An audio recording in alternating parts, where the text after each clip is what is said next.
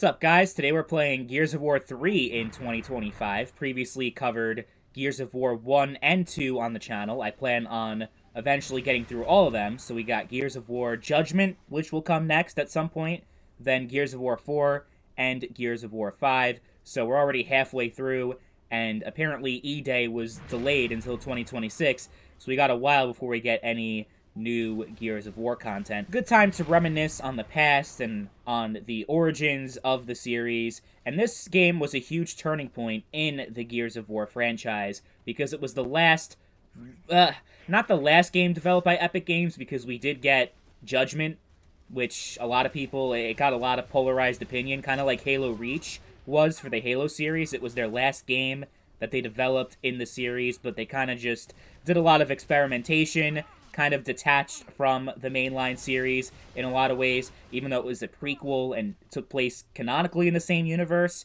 it kind of is its own thing, and it's very much skippable. Gears of War 3 was the end of the original trilogy, and having just played Gears of War 2 not that long ago, going from 2 to 3, you notice a huge difference in graphics and gameplay and everything. It was a huge step up, in my opinion. I know that some people might have preferences towards 1 or 2, but Gears of War 3 feels like a huge upgrade over the previous two. And for a game that came out towards the end of the 7th generation, it came out back in 2011, I think they did a lot of great things and really pushed the Xbox 360 to its limit. It's worth playing just for the single-player campaign, especially if you want to play the old games before the new game comes out. But the new game is a prequel, so you can just play that first and then eventually get to the original games. Like, there really is no rush. Like, oh my god, I have to play Gears of War 3 before E-Day.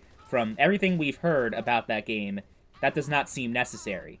But that being said, it is still worth playing in 2025 because of how great the campaign is. And also the multiplayer still has players after 14 years.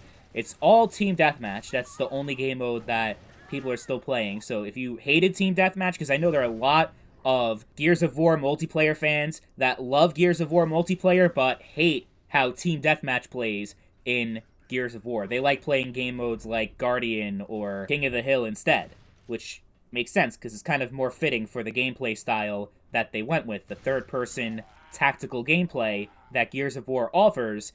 Just having a generic TDM mode takes a lot away from the uniqueness and originality that the Gears of War gameplay has. But that being said, the community is, they're the ones that chose to keep playing Team Deathmatch, so I guess there's something to it if people are still playing it 14 years later and no other game mode. Because the interesting thing is, with Gears of War 2, nobody plays Team Deathmatch, they only play Guardian.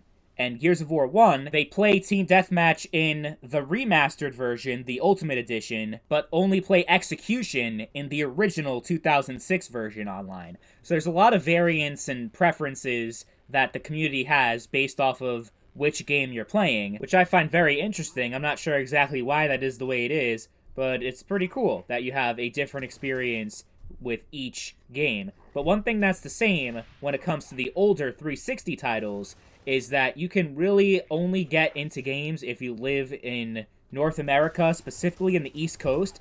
If you can connect to the East Coast, like if you live in the West Coast or maybe even Western Europe, you can connect to the game and get into a match and it'll be playable.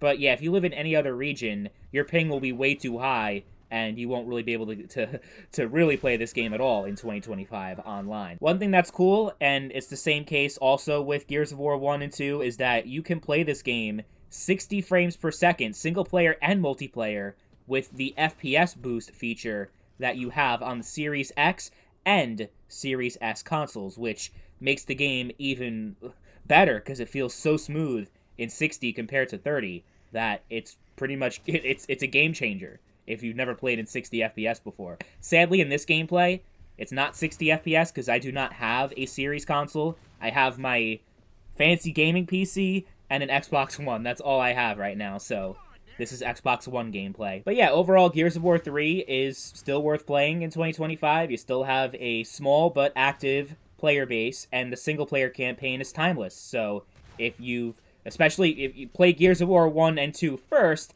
then play Gears of War 3. But all in all, still very solid experience 14 years later.